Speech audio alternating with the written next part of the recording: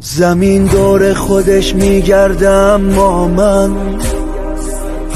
فقط دور تو میگردم.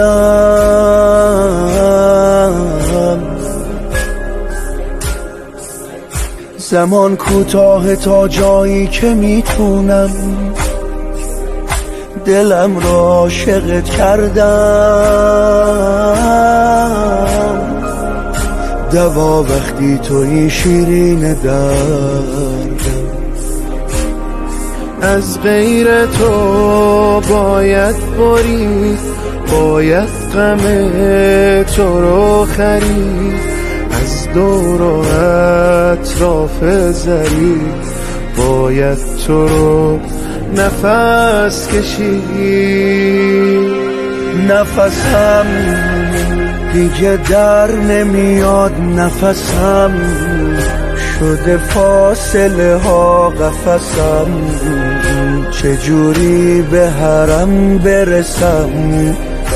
نفسم دیگه در نمیاد، نفسم شده فاصله ها قفسم.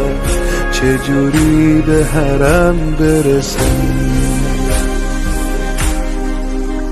رو قلبم سنگ دوری تو زدم از بس، شکسته مثل شیشه.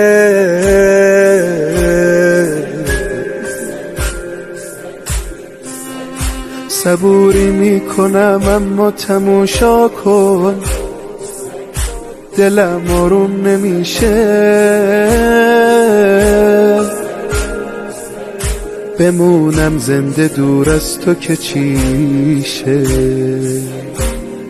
نزدیک تو سمت خداست، من گم شدم اینجا کجاست.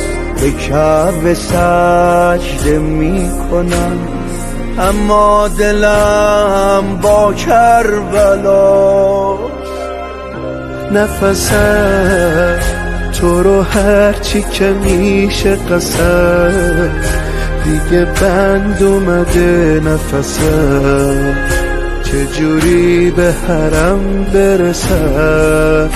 نفسم تو رو هرچی که میشه قسم، دیگه بند اومده نفسم.